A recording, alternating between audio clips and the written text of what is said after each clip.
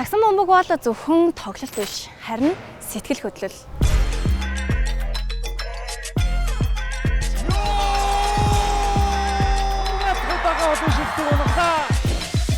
Тоглолтын ард өрнөж буй сонирхолтой яриа, анализ, үйл явдлын дэлгэрэнгүй тайм.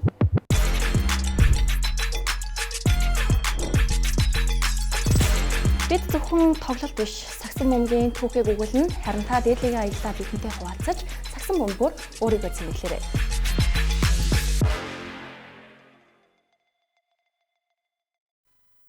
Орой мэндийг хүргэе сагсан бөмбөг сонирхогчдоо 7 хоног бүрийн пүрэв гарагт танд хүрдэг Хөп нууц нэвтрүүлэг 3 дахь улирлынхаа 2 дахь дугаарыг хүрэхэд бэлэн боллоо. Нэвтрүүлгийн ивент тэтгэгч спортыг дэмжигч M-Bank Top Tours.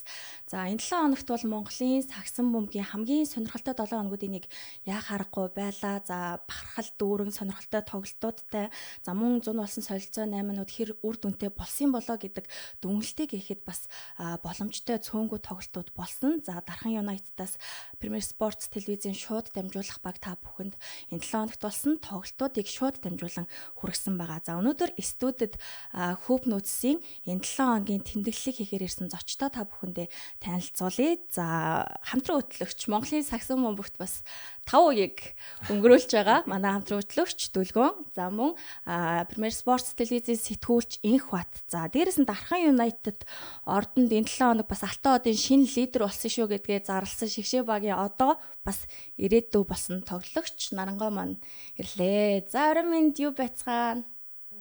Орой минь зөвшта бүхэнд орой минь хүргэе. Тэгэхээр яг саяны хулангийн хэлсэн шиг 7 хоног бол Монголын сагсан бөмбөгийн ертөнцид маш гайхалтай өгөөчтэй 7 хоног боллоо. Тэгээд өнгөрсөн тоглолтуудыг харсан ч гэсэн, солилцоо 8-нуудыг харсан ч гэсэн маш одоо ярьж хэлцэх асуудлууд бол ийм их 7 хоног боллоо гэж харж байна. Нарангойгийн хувьд энэ 7 хоногт бас шинэ багтаага анхны тоглолтоо хэлээ тийм ээ. Тэгээд тоглогч хүн бүрийн бас гол зорилгоодын нэг мэдээч нийтийн тоглолтонд хожих байдаг бах. Тэгээд тэр хожил авсанд нь баяр хүргэе ихний тоглолтын сэтгэлээс олцож. Баярлалаа. Урьж оролцсон баярлалаа. Тэгээд за амарсан нийтийн тоглолтоо хийгээд багаараа мэдээж хожил байгуулахыг маш их хүссэн улирлаад хожлоор эхлүүлээ. Тэгээд ямарсан хожоод ямарсан улирлаа одоо хожлоор эхлүүлсэндээ маш их баяртай байгаа. Багаараа ер нь маш их баярлж байгаа. Тэгээд цаашдаа ч гэсэн дээр нь бол бусад багуудаа хожоод ер нь одоо хүснэгтэй тэргүүлээд явахыг ер нь олсож байгаа. За Инх Бат энэ 7 хоногт Дархан тас томил дээр ажилласан. Тэгэхээр Дархны тоглолтуудын уур амьсгал бүх мэдээллийг бол өнөөдөр үзэгчид маань маш сайн өгөх бах. Тэгээ хамгийн ихэнд бүгдээрээ бишрэл метал FC-ийн тоглолтоос буюу Дархан United-ыг одоо нураах төгсөн тоглолтоос өнөөдрийнхээ дугаарыг эхлүүлэе гэж бодож байна. За тэгээд Маргад Дүлгөө хоёрыг биенийхээ эсрэг яаж тоглох вэ гэдэг хүлээлттэй эхэлсэн тоглолт хэрхэн өрнөсөн болоо гэдгийг хамтдаа харцгаая. За ер нь бол Дархан United дараа нь чинь төсөөр болсон юм байлээ. Өрдний жилүүдэд очиж ирсэн бодвол тэгээд Дархандаас үзэгчд маань ч гэсэн тоглолтыг үзээд сурчсан байна лээ. Дүлгөө юу гэж харсан? Ер нь бол Маргадын эхний тоглолтыг бид нар бүлгүүдийн эсрэг харсан шүү дээ. Дэлгэх хоо энэ хоёр багийн тоглолтын дээр бол үзэгч фанатуудын хүлээлт бол маш өндөр байсан. Тэр ирээрээ болвол өмнөх одоо хоёр улирлын плей-оффын уур амьсгал тэр чигээрээ хадгалагдаад яг л 9 мэт тоглолтын ихнээс бол маш ширүүн уур амьсгалтай эхэлсэн. Мэдээж ярих хамгийн хүлээлт өндөр байсан Маргадын довтлохоон бол эхний үеүүдэд ялангуяа маш өндөр хувьтай 13 хоног авсан ч гэх юм уу те. Эсрэг талаас бол мэдээж яриг Дүлгөө. За энэ принципсийг гэж энэтхийг жигоноор тоглож байгаа. Ерөөсөө саяны үйлдэлийг гаргаад техник ялгаагаар тургуулад 3 дугаар үеийн их хүртэл дахиж тасалжуулагч гаргаад. Тэр бас ямар өндөр тийм дисциплинтэй тийм тасалжуулагч харагдчихсан. Хоёр багийн тоглолт бол эхнээсээ л өгөө аваатай аль нэг байдлаар оноо тасарсан зүйлгүйгээр маш сонирхолтой болсон. Тэгээд Дүлгөөний хувьд бол бас нөгөө хүүхэд насныхаа хүсэл мөрөөдлийг биелүүлээд анхныхаа одоо дээдлигийн анхны тоглолтод үнэхээр бас гялцаж чадлаа. Яах гэж дээдлигт иргэн ирсэн. Одоо анх удаа ирсэн ээ. Одоо зарлаа гэж харж байна. Энэ бол жилээс жилд Дүлгөөн Инхи Бат гэдэг хоёр тоглогч урд нь бол яригддаг байлаа шүү дээ. Хэн хаана тоглодог болох уу? За Монголын дээдлигт ирвэл ямар тоглолт гарах вэ гэх юм. Энэ жилээс бид нар Дүлгөөний ямар цаашдаа ямар хэмжээнд тоглож чадах вэ гэдгийг хараал. Ширэлт металл багаас бас баг яхлагч Ууган Баяр хувийн дугаараас болсон 2 дахь тоглолтод оролцсон. Магадгүй Ууган Баярын хувьд энэ жил 1 номер дээр гэхээс илүү 2 номер дээр бас голчлон тоглох юм байна гэж эхний 2 тоглолтоос бол бас харагдаж байна. Бас энэ Судан залуу дөнгөж харагдаад өнгөрлөө Жок гэж. Энэ залуугийн үед бас тоглолтыг маш гоё болгочихсон шийдэлтэй оролцоо болоод нэмээд яг одоо Италийн шүүмжил болоод ирсэн Абу гэж төвөнд тоглож байсан шүү дээ. Энэ тоглолтын дээр ер нь арай дээр гэх үү дээ. Боломжийн. Тийм боломжийн хэмжээнд тоглосон. Арай ч хүчний лиг рүү явж байгаа шүү дээ. Эпс Метал яг энэ хоёр багийн хувьд үлрэлийн сүүл рүү за магадгүй аврагын төлөө гараад ирэх гэсэндээ үүсэхгүй юм хоёр баг гэж хэлж болох байх. Өнгөрсөн жилийн дутууга 100 хэр сайн нөхөж чадсан бол яг нөгөө дутагдчихсан орон зай дээр хэрэгтэй тоглогчтой авчирч чадсан уу? За бүр онцлуул яг энэ FC нийтгэх тоглогч тийм ээ лигонор тоглогч. Энэ тоглогчийн эхний тоглолтод тавьсан хүлээлт хэр өндөр байв? Тэр хүлээлтэнд хүрв. Дөлгөө юу гэж харав? Тийм. Аз лигонерын одоо орон тоон дээр ирж байгаа. Тэр утгаараа маш өндөр.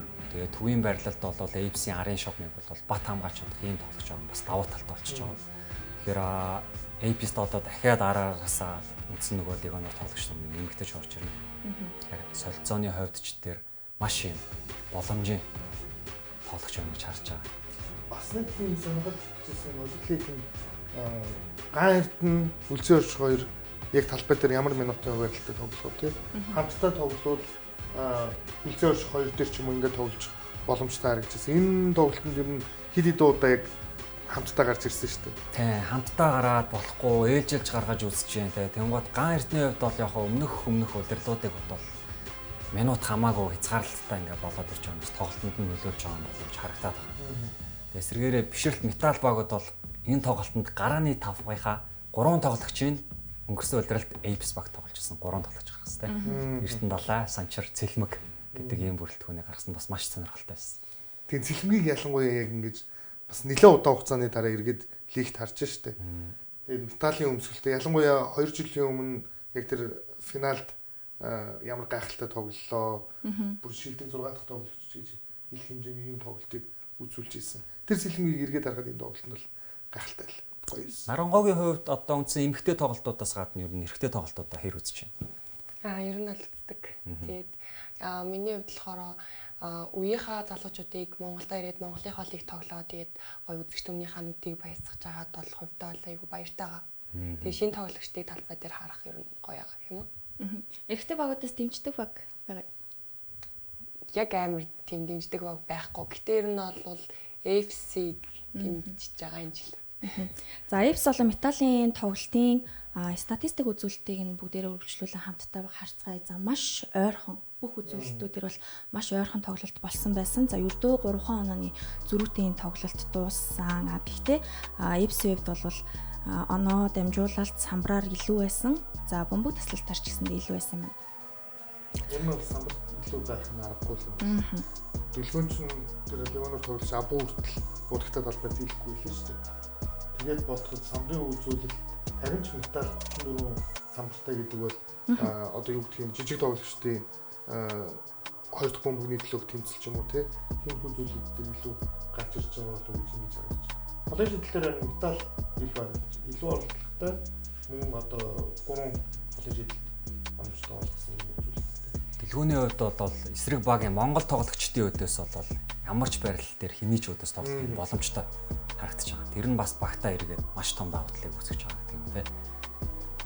За тэгээ эхний тоглолтод орж ирсэн тэр нөгөө харизма, сэтгэл хөдлөл өөрийгөө яаж бэлтгэсэн нь бол яг метал эсрэг бол харагдлаа. Тэгээд Apes-ийн хувьд ер нь төвийн байрлалдаа нэлийн чангарчуул гэж бодож байна. За удахгүй бас NBA-д тоглож исэн лигонор тоглогчийг авчирна гэдгээ зарласан. За одоо энэ Азийн импортын тийм ээ.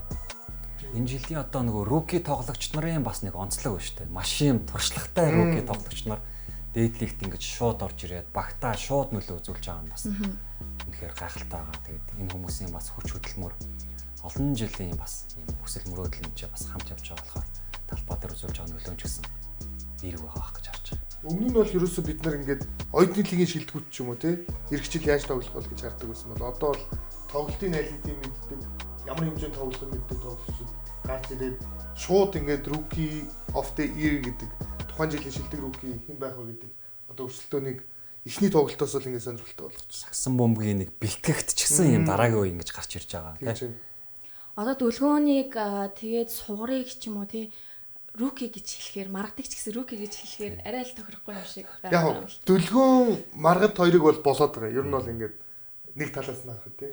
Надад бол сугар эрднийг руки гэхээр бас нэлээ хэцүү. Юу санагдаж байна. За ингээд ялч баахны ханжил тий. Тий тий. Ер нь бол анхныхын жил. Одоо базар гүр хүртэл волейболоос орж ирээд анхны жил дээр руки л гэж яригдчихсэн шүү дээ. Энэ бол тэмтэй адил. За Эвс металлын тоглолтын таймыг бид ярилцлаа. За үргэлжлүүлэн Нарангогийнхаа тоглолт руу орё гэж бодож байна. За энэ үйлрэл шинэ багтаа нэгдлээ. Алтан од багийг сонгосон шалтгаан олцож. За өмнө жилээс ер нь бол надад санал тавьж байсан үйлрэлийн дундуур үйлрэл дуусны дараач тэгээд яг би энэ жил ер нь бол багаа солино гэсэн бодолтой байсан. Тэгээд аль баг руу орохоо шийдээгүй байж байгаад тэгээд ер нь бол багийн алтан од багийнхаа менежер болон коучтэй, хед коучтэй уулзаад тэгээд ер нь бол ярилцсны үндсэн дээр ер нь багаа дээр сонгоруулсан. Одоо үзэгч фанатуудын хувьд ч гэдэг юм уу алтан од багийг бас тэр бүр мэдхгүй байж магадгүй энэ багийн үүхдэг шинэ баг орж ирж байгаа юм гэж зарим нэг харж байгаа тийм. Гэтэ алтан од багийн хувьд ч одоо 30 жилийн түүхтэй баг баг шүү. 35 жилийн тийм. Тэгэхээр багийнхаа яг энэ үүх түүхийн талаар юу ярих сонирхолтой бай тийм. Талаар нь. За ерөнхийдөө товчхондоо бол манай баг яг 90 онд анх үүсгэн байгуулагдсан юм лээ. Тэгээд одоо энэ жил бол яг 35 жил болж байгаа юм лээ. Тэгээд тухайн үед болохоор улсын шүүгч Пүрүүгээд хүн нь үүсгэн байгуулсан юм лээ.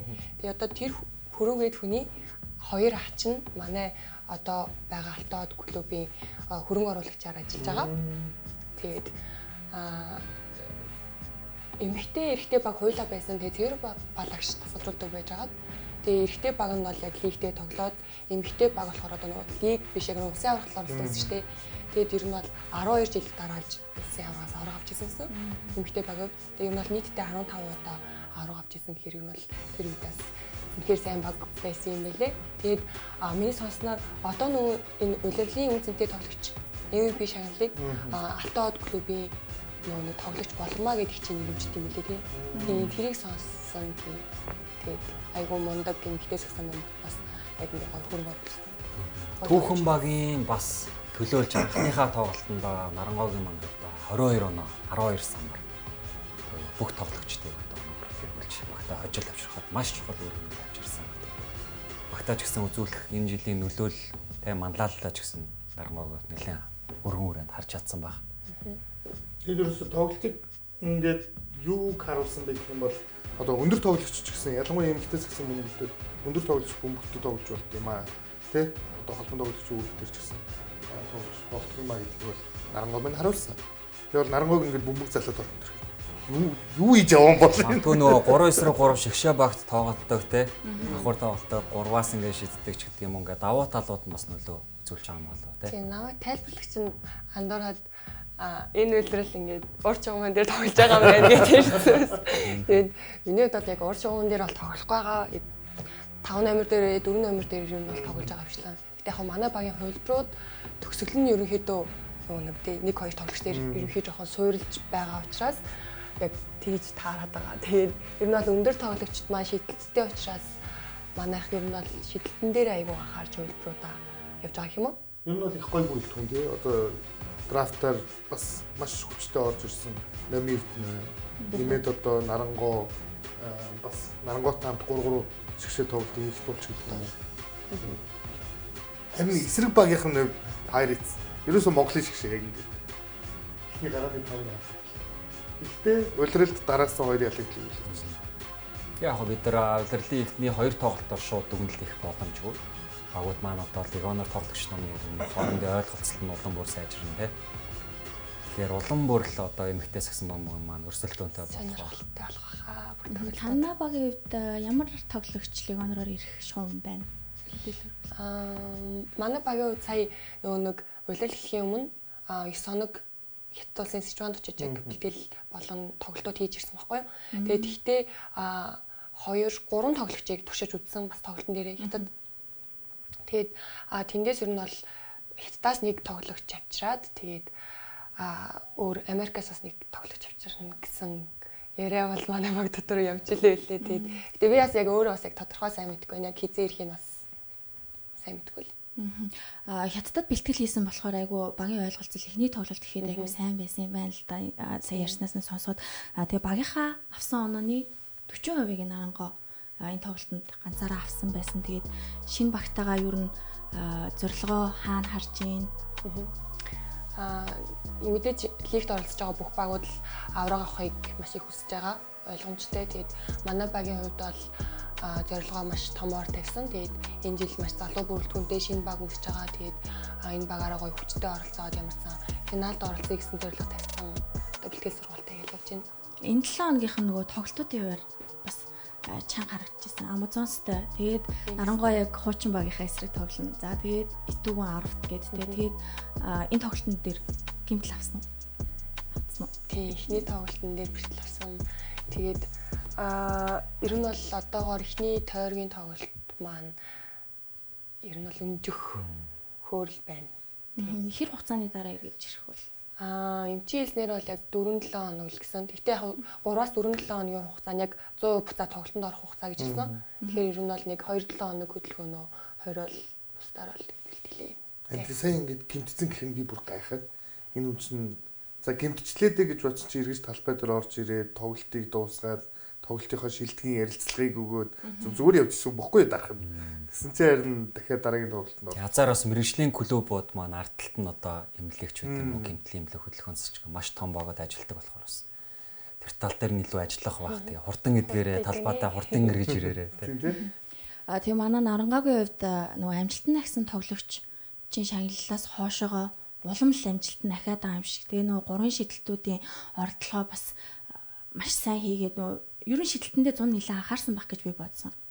Ер нь бол энэ зуны бэлтгэл маш сайн байсан. Тэгээ ер нь бол яг амралтгүй яг улирал дуусаад яг 3-3 бэлтгэл тэмцээнүүд эхлээд тэгээ дундуур нь дахиад 5-5 шигшээ багийн бэлтгэлгээд энэ бол бэлтгэл маш сайн форм өндөр байгаа л гэж бодож байгаа. За үргэлжлүүлээд бүгдээрээ нэг сонирхолтой сэдв рүү орно. Энэ бол гэрээний асуудалтай тоглогч. За гэхдээ бас асуудалтай гэдэг арай хүнд үг ашиглах шиг болоо. Уучлаарай яг зүгээр нэг зүйл байгаа тий. Тэгээд зарим тоглогчдын хувьд бол за онцлог Саруул Эрдэнэ хувьд бол энэ 7 хоногт бүрэн шийдэгдсэн байгаа. За дүлгөөний хувьд энэ тал дээр илүү сайн тайлбарлаж өгөх. Тий. За холбооны зүгээс ч гэсэн одоо дараах 3 тамирчин дээр 2 багаас мэдүүлэл ирсэн буюу давхарцсан мэдүүлэл ирсэн учраас тий мандат нь олгодоогүй ч юм уу юм асуудлууд байгаа. За Саруул Эрдэнэ хувьд Эйпс болон Метал баг дээр одоо удирдлын эхлэхээс өмнө ингээд асуудлууд үүссэн. Гэхдээ тоглолт эхлэхээс 1 цагийн өмнө асуудал амжилттайгаар шийдэж чадсанаар их ингээд тоглолтонд оролцоод явлаа. 2 багийн эзэд болон өөрөө ч гэсэн бас уучлалт гуйсан мэдүүлэг сошиал хуудасаараа дамжуулан хүргэсэн байсан. За одоо бидний хувьд хамгийн эргэлзээтэй байгаа инх баясгалан болон санчир. За Баясагийн хувьд бол Метал багтай сүүлчийн 1 жилийн одоо гэрээний одоо хугацаатай байсан. Гэхдээ багаас солих юм асуудал үүссэн. 2 баг одоогоор тохиролцсон гэсэн нь бас тодорхойгүй. Гэхдээ Баясагийн хувьд майнерстай аль хэдийн бас хятадд очсон гэж байна. Тэгээд санчирахын хувьд бол өмнөх одоо удиралт Бизон багт байсан. За мөн Бизон болон майнерс энэ хоёрын хооронд гэрээний асуудал. Тэгэхээр энэ хоёр тоглогчийн гэрээний асуудал хэрхэн шийдэгдэх бол гэсэн бас хүлээлт үзэгч фанатуудын хувьд бол маш их байна. Саяны 6 дээр бол хоёулаа яг нөгөө инх баясгалан санчирах хоёр нөгөө майнерсын өмсгөлтэй шүү дээ. Медиа дэд майнерсын зүгээс оролцсон байдаг. Тэгээд яах юм бэ? Медиа дэд бол ер нь хамаагүй шүү дээ. Ер нь бол ингээд тухайн багийн бүрэлдэхүүнтэй ирсэн бол зургийг аваад эрх хөлрөлд ашиглах байдлаар ингэж зузуулна. Гэрээний эцэслэгтэй гэрээний асуудлыг бол ер нь шууд иргэний шүүхлүүч юм уу ингэж шийдвэрлэх ёстой юм шиг байна лээ. Тийм хэрвээ бүр тэрэндээ толвол магадгүй тамирчид 1 жил хохирох ч юм уу тий тоглохгүй өнжих ч юм магадлал үүсэж байгаа. Тэгэхээр миний хувьд бол бодож байгаа нь аль болох одоо багийн эзэд хоорондын ойлголцол энэ дээр нэгтээсээ тий аль нэг байдлаар тамирчдын ч юм уу эзэдийн эрх ашиг бити хохироогоосоо гэсэн ийм зүйлийг бол хүсэж байгаа. Тэгээд хоёр тоглогч маань бол аль аль нь юм тухайн багта маш өндөр юм нөлөө үзүүлэх бүх юм тоглогчд байгаа учраас бас энэ гэрээний асуудал бас эцэлж өгөхгүй байгаа юм болов уу гэж. Тэгээ зөвхөн тамирчин ч гэсэн их хүнд байсан юм шиг үл. Одоо Саруул Эрдэнэг бид нар яаж тоглолтыг мэдэн шүү дээ. Тоглолт нь тэр шийдэлтүүд тийм. Сая дархан дуссан ихний тоглолтын дээр нэг баг зэрэг бие барилттай жоохон сэтгэл санаа тогтворгүй байсан уу ингэж анзаарчихсан шүү. Надад бол.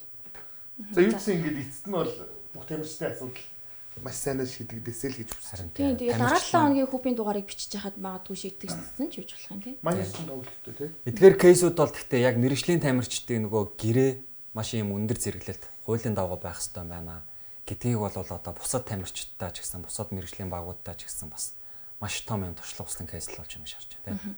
Ер нь тоглогч нар одоо хэр олон монгол тоглогч нар юу агенттай байгаа. Эсвэл яг өөрсдөө гэрээгээ зураад явж байна. Өөрсдөө л гэрээгээ зурж байгаа. Агенттай тоглогч нар Монголд байхгүй. Ягаад гэвэл FIBA-гийн лицензтэй агент одоогоор Монгол улсад байхгүй тийм. Тийм учраас одоо нөгөө нэг сард болох FIBA лицензтэй буюу юм агент болох шалгалтанд Монголоос маш олон хүн бүртгүүлсэн байлээ. Тийм учраас дараагийн одоо удирлуудаас эхлээд яг юм мэрэгжлийн агентууд мэрэгжлийн тамирчидтай ингэж ажиллаж эхлэх нэ. Энэ бас одоо бид тэр одоо яг л юм мэрэгжлийн түвшинд ажиллаж байгаа учраас эрэлт хэрэгцээ угаасаа ингэж гарч ирж байгаа тийм.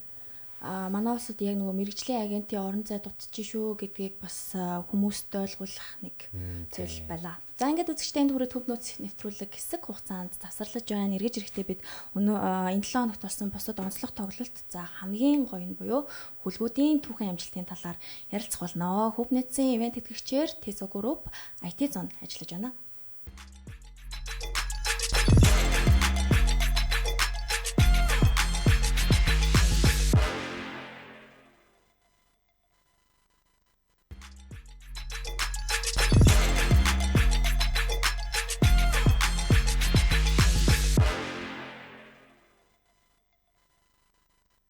Эргэн татам орл үзэгчтэй Хөв нөөц та бүхэнд энэ улирлын 2 дахь дугаараа хүргэж байна. Нэвтрүүлгийн ивент тэтгэгч хамтдаа төрүүлж болох нь Unitel Group, MCS, Coca-Cola. За үргэлжлүүлэн бид нар бас энэ 7 хоногт дархан United-д болсон ээлж сонирхолтой тоглолт энэ улирлын бас хүлээлттэй байсан тоглолтуудын нэг Ботонс болон Монголиасын тоглолтын тамиг үзээд ярилцаад явъя гэж бодож байна. За Ботонсын ерөн шин зэргүүд хэдийгээр ирэх төлөвлөгөөтэй байгаа юу? Яг 3-3 шиг шилжсэн үг шүү дээ. Тийм. 3-3-ийн үндсэн бодлого бол 12 сард болсон. Тэгээд он гарахаас өмнө багтаа ирж мэдээ ихэл болсон. Хүлээлт бол байна.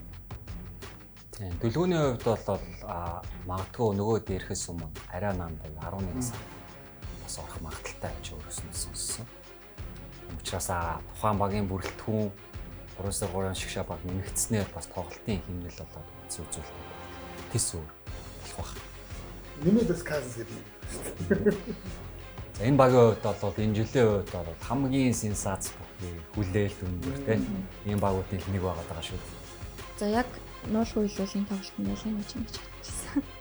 Би бол Монголиас нэлээд хүчтэй үзчих болов гэж бодчихсон.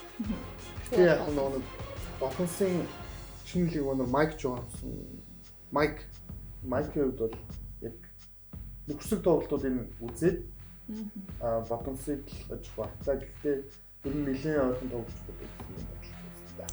Өнгөрсөн удирлын одоо импорт MVP тийм Bayern Wesley болоод альч багт өөрийн тоглолтоо бүрэн гаргаж чаднаа гэдэг бол мэдээлэл хийсэн.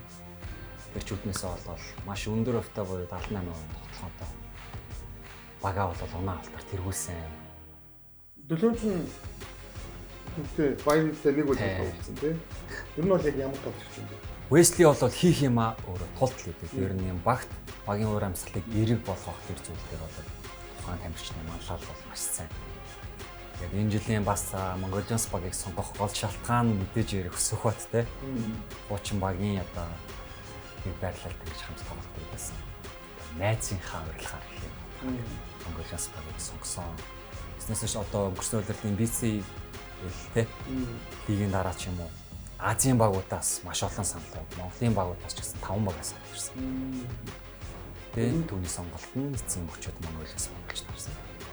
За Майк Уильямс тоглож. Энэ бол ер нь бас яг тоглож уур чадвар нь шинээр юм байна. Тэгээд Ботонс дээр байгаа нэг асуудал юм бол ерөөсөө бодогдоод байгаа асуудал байсан энэ тоглолт. Энэ тоглолтод тийм. Майкийн хувьд бол яг юм задгай тоглолтод ихэвчлэн аягүй сайн тоглоод байгаа. Яг юм тогтсон байршилд ч юм уу айл барил авц үед нэг тоглолтод гарахгүй. Яг юм буужгинсан тоглолтод бол энэ тоглож уур чадвар бол бас маш өндөр. Гэж энэ тоглолтоор нь бол өгүүлсэн. За дөнгөж түрүүхэн бид нар хайрлаа. Энэ удирлаас бас нэг ах トゥ хоёр үндэсний дээдлэг хууж өгсөн. Үлзий оршихын төв Үлзий Монголиас бүрдэх юм. Тэгээд үлзий бат яг энэ одоо 3 Монголынсаас тоглох бүрэлдээ болж заа нэмээд одоо Сухбат, Bayern Wesley гэдэг. Тэр нь бол ингээд нэрсүүдийг харахад дундчаас дандаа дэргүүд болж байна. Үүргийн тоглогчид буюу жишээлбэл яг юм хамгаалц зуртай ч гэдэг юм тийм. Дайчин тоглогч нар бас Монголоос маш их байна гэж харж байгаа. Тэгээд баян дасгалжуулагч, лавга дасгалжуулагч гэсэн юм тоглогчтой маш сайн мэдээд байна л да. Юу хийж чадахгүй, юу хийж чадахгүй тийм. Бэлтгэл нэлээд зузаан орж ирсэн болов уу гэж харагдсан да. Тэгээд бас нэг ажил хийсэн зүйл гэх юм бол манай Wesley нэлээд токсик болцсон үгүй юу?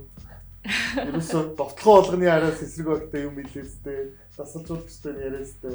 Би яг Сэлгэний сандлын сууж хахад Frederick coachтой бол ийм баг бифтэй болох шах уу? Багийн хувьд ч гэсэн эрх мэдлэн түнд байгаа тийм. Одоо тэгээ өөрийнхөө тоглолтыг унгахгүйгээр одоо тийм зүйлийг характер гаргаж чадчих юм бол асуудал алга. Тэгвэл бидэрт л гоё юм тийм.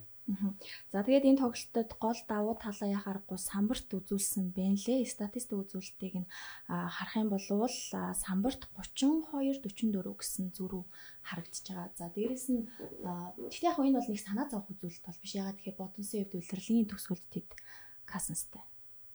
Плей-офф. Тийм, плей-офф Cousins-тай. Тэгэхээр юу ч юм плей-офф руу л орчмоор. Cousins-тай, дэлгэр нэмтэй, дэлгөөнтэй, их батхан жаргалтай гэдэг. Бодогтой талбай баг 4 тоглож ороод ирэх юм шүү дээ. За бөмбөг алдалт Монголиас 26 алдсан. За тэгээд Knights болон Дархан United-ийн тоглолтын тойм руу оръё. За Knights-ийн хувьд бас л хүлээлттэй байсан улирлан шүү дээ. Тэгээд энэ улирал 100 бас солилцооны амиа цөөнгүү хийлээ. Ерөнхийдөө Эрдэнэ цогтоос бусдаар бол тэр чигтээ багийн суурь өөрчлөгдсөн байгаа. За тэгээд Ахмад туршлагатай тоглогчид нь зодгоо тайлсан. За ерөнхийдөө Knights-ийн шинэ үе гэдэг л тест байгаа. Эрдэнэ цогт багийн хамгийн ахмад тоглогч байна. Тэг ч үү. Монгол тоглогч хүмүүс тийм. За ард түмний MVP Эрдэнэ цогт маань бол өөрийн хийх үүргийг бол маш талбайд хангалттай хэмжээнд харуулж чадсан шин.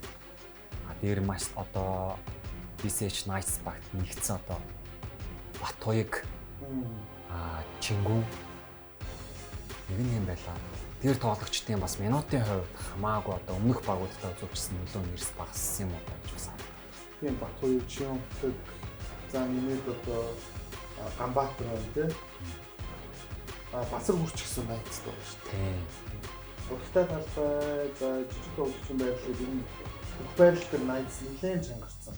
Гэхдээ энэ тоглолтод яг нэг талбай дээр тоглож байгаа гэдэг утгаараа Дархан United-аас миний хувьд илүү зүйлийг хүлээж ийлээ л дээ.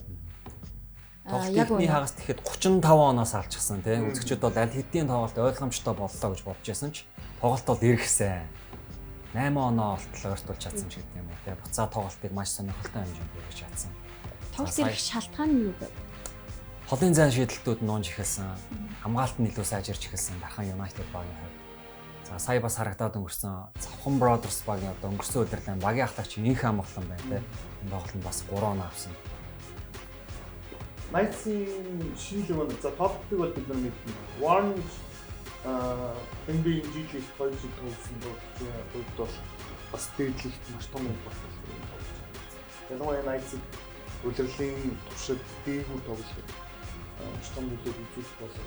Үзүүштэй хэрнээ маш найдвартай тоглохын тайм тоглогч байлаа. Энэ тоглолтын ч гэсэн бага одоо оноо авалтаа тэр 30 оноо авсан байгаа. Ерөөсө хөнгөх 30 оноо авчихлаа. Ямар нэг зовлон. Jordan Tolbert чинь энэ тоглогч болоод өөрийн юу хийх вэ? Хамгийн сайн тоглогч аа. Дархан тэгээд талбай дээр ер нь одоо нэг аялын тоглолтоор хоёр тоглолтын гэж бодоход нэг тоглолтыг заавал асуулна. Өнгөрсөн жил TLG-гээс тоглосон Батуйг Антони Арсен хоёр тоглогчд ерөөсөө Дархныг янзалсан шүү дээ. Дархан United яг энэ арена ашиглагдсанаас хойш үндсэн талбай дээр хожил авсан уу? Тэр чинь Завхан Brothers-тэй тоглоход хожил авах төгсөн санагдчих. Гэтэ Завхан тэр тоглолтод Diamond Stone-ы сайн тоглолт явуулсан hodсон. За тэгээд энэ тоглолтын өмнө манай телевиз сэтгүүлч хийжсэн Цэнд баяр надад юу гэж хэлжсэн гэхээр танах өнөөдөр яах юм бэ хожих юм уу гэсэн. За нэг 20 оноогоор л хожих зорилготой ирлээ дээ гэсэн. Тэгээд за дахин арайс хийж болохгүй гэдэг энэ нэлээ үзэгдэл болов гэсэн. Эхний хагас 35 яриа л хэлээ. Магадгүй энэ одоо Дархан United багийн хувьд тэг хэдий ингээд Монголдо зуны турш бэлтгэл хийж байгаа ч гэсэн бусад багууд нь гадагшаа явж ингэж бэлтгэл юм. Өөр орчинтой, өөр хүмүүстэй тоглож үзээгүй байгууллагатай ч гэдэг юм. Энэ дээр бас нэг юм баг зэргийн зөвөө гараад байгаа юм болоо гэдэг бас зүйл байна. Нэмээд бас Монгол тоглогчдын бас л залуу маш залуу байна. Тэгээд төлөвлөгөө мөнгө золбоо за тэгээд бажны юм шиг юм дээр тоглогчдод илүү их туршлага өгдөг. Ялангуяа дэлгөөний тэр тоглолтын төгсгөлд оноо ойртоод ирж байгаа мөчөд гаргаж ирсэн шийдвэрүүд бол одоо манай их цохлын дэлгөөн бол одоо юу гэх юм гайхмаар юм шийдвэрүүдийг гаргаж ирсэн. Одоо энэ тоглолтоос харахад Knights-ийн бүрэлдэхүүнд байгаа Warren үнэхээр их анхаарал татсан. За гол статистик үзүүлэлт нь 6.6 бөмбөг таслалт. Яг нөгөө NBA Atlanta Hawks-ийн нөгөө Dyson Dennis-ийг санагдвал нэг тоглолтод бүр 8 бөмбөг таслалт хийж исэн. За тэгвэл яах аргагүй тэгэл NBA-ийн G League-т маш өндөр контакттай лигт тоглож исэн тоглогч учраас маш онцгойрсон санагдсан. Тэгээд Жилигт бол 2 удиралт тоглохдоо 8.8 оноо авалт дунджилж ирсэн байлаа. За өнгөрсөн удирал болохоор NBA-д 2.3 бөмбөг таслалттай. Тэгээ бас л сайн удирлаа өнгөрүүлсэн байгаа юм. Тэгээд Knights-ийн энэ удирдлагын том давуу тал ер нь 2 легионер нь байх юм болоо да гэсэн дүгнэлтийг би бол хувьдаа энэ тоглолтоос хэлээ.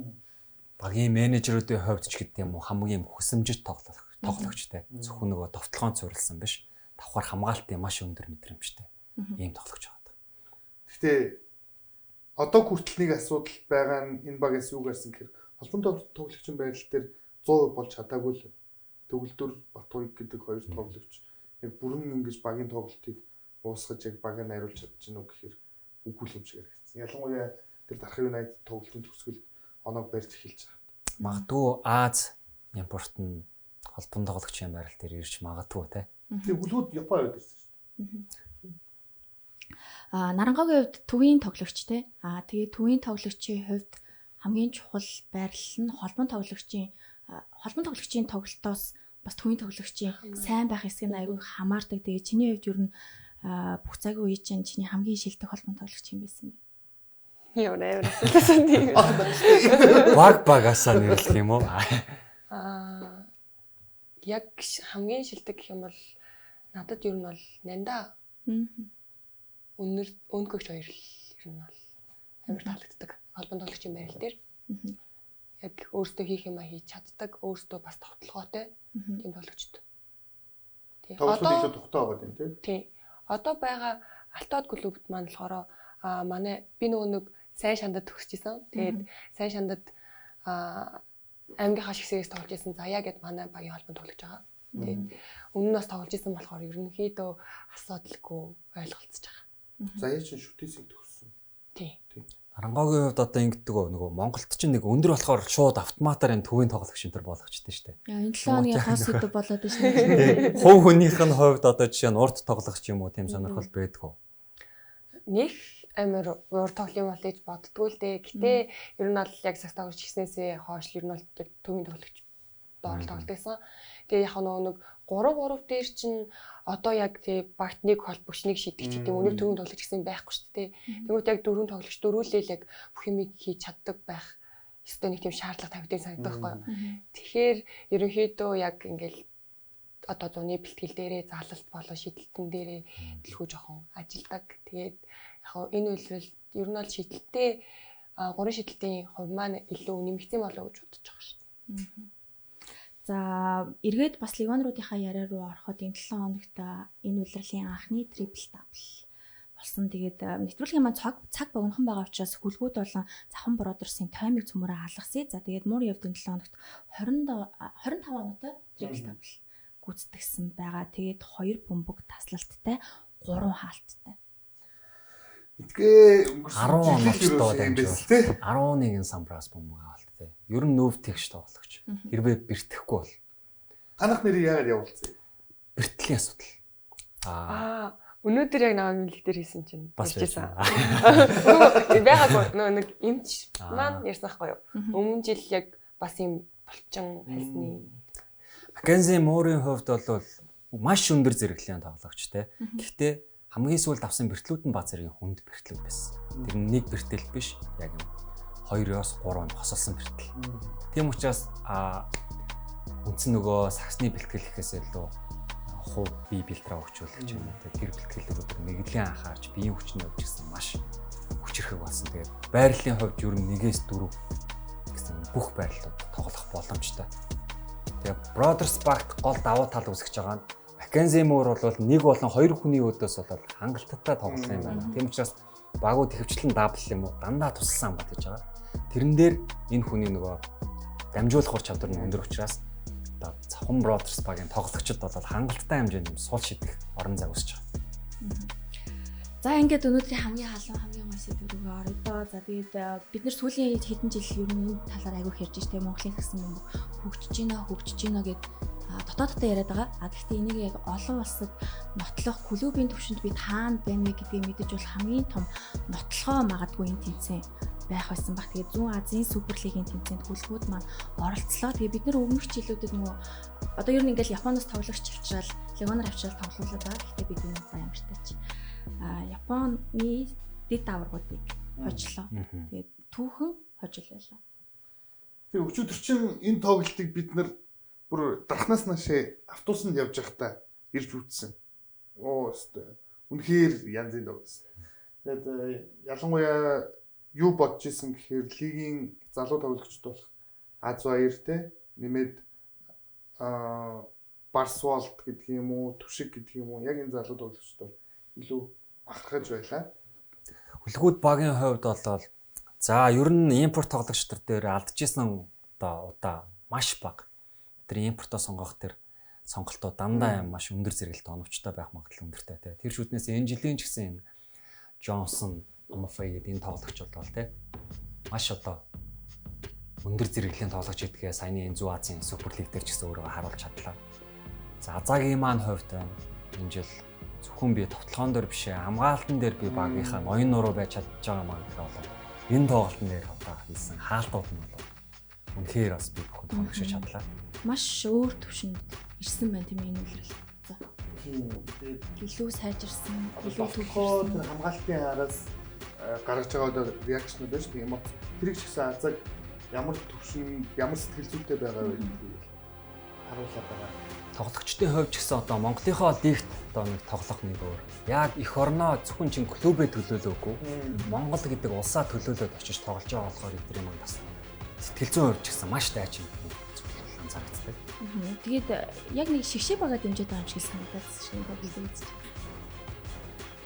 Японы Азаг тоглоомын юм бол ерөөсөө яг энэ 3 лигоноор тоглогч баг бүтэн тоглосон мэт хэлчихэд бол нэмээд 2 Японд тоглогч бол ингээд сэлгэлдээд тоглож ирсэн. Тэгээд тоглолтын эхний хагас өндөрлөхөд за нэмээд одоо 3 дахь үеийн эхлэлт бол ер нь байдал нэлийн эвгүй болсон шүү. Ойртох маягтай за нэмээд бүр Албат тоглоо холдох маягтай.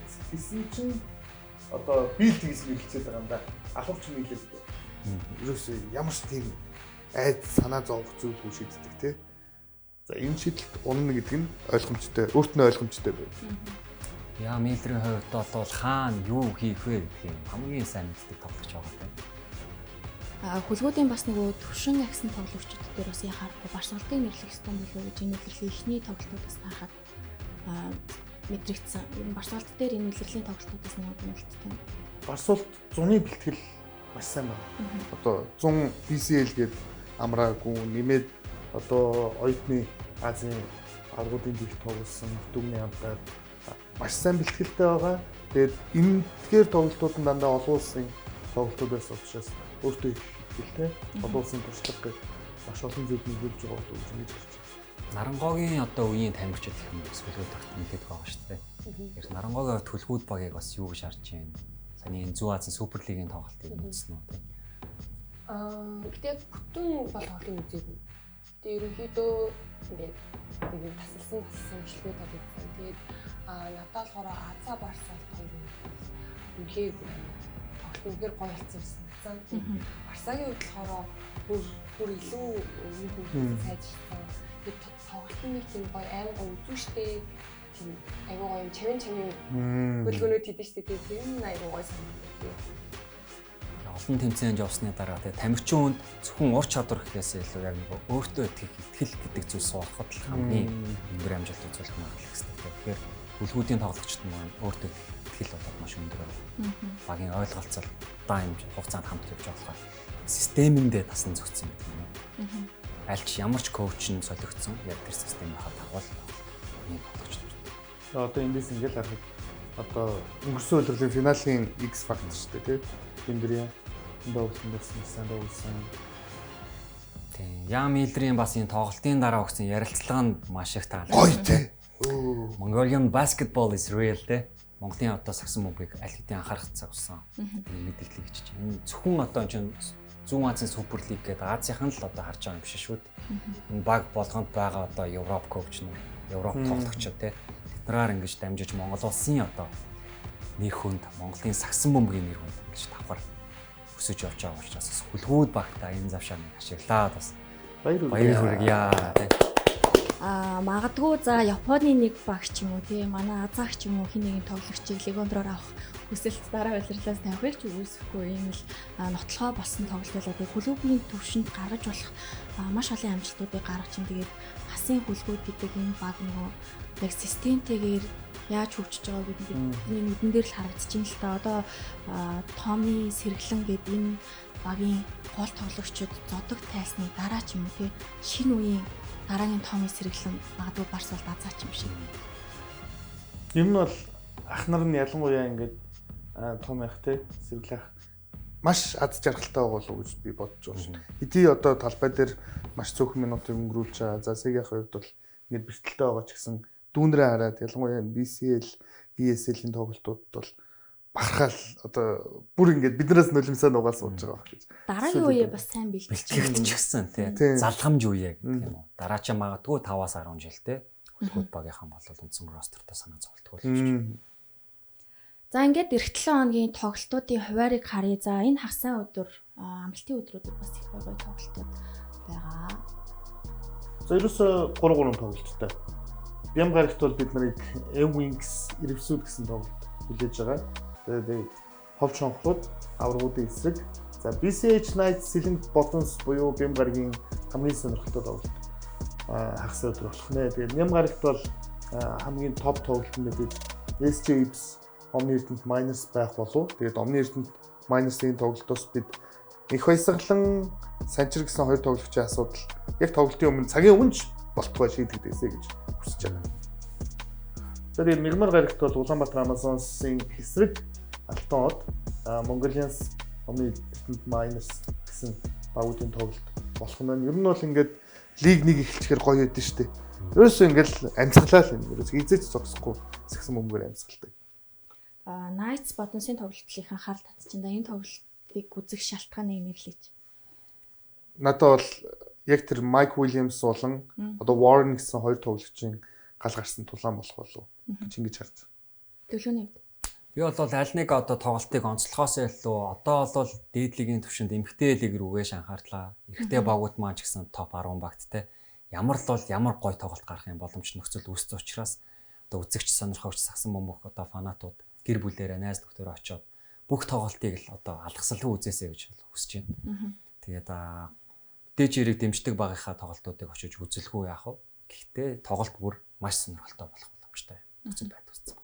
Нарангаагийн хувьд энэ 7 хоногт баг нь Amazon-ийн эсрэг тоглох юм байна. Тэгээд сэлгээний судал дээрээс үзнэ гэхээр бас хэцүү санагддаг байх тийм тоглогч нь. Тийм ер нь тоглогчны хувьд тоглоод яг талбай дээр байвал надад илүү амар байдаг. Үзэж суугаар ер нь амар хэцүү мөлий. Яг өмнө бас нэг өмнө үлрэл тийм үе байсан. Тэгээ яг хожигдоод идэх гараа тогложмаар байдаг чаддгүй. Тэгээд үнхээр байж чаддгүй. Гэтэ яхаа тэгээд дөнгөж эхэлж ийн үлрэл маань тэгээд ер нь гэхдээ улирлын төгсгөлөөр ч юм уу дундуур бизнес ер нь л тий эхлээ бичсэн бас тийм дараагийн тоглолтод оролцох яхад асуудалгүй хаа л гэж бодож байна. За тэгээд бэртлээсээ маш ирч хүчтэй ирээрээ энэ үйлрэлтэнд амжилт хүсье ирсэнд баярлаа. Баярлаа. Ингээд үзэгчдээ за хүүп нууцаа энд хүрээд өндөрлүүлье. За эх 7 хоногийн хувааруудыг та бүхэн харсан байх амралтын өдөр UJ Arena Амбанк Аренага зориод бас сонирхолтой тоглолтуудаа гэр бүлээрээ хүлээн авч үзээрэй. Эх 7 хоногийн дугаараар уулзцаая хүүп нууцын ивент тэтгэгч Еркийн эсэ бидэнтэй хамтран ажиллаа. Баяр та үзэгчдээ. Баяр та.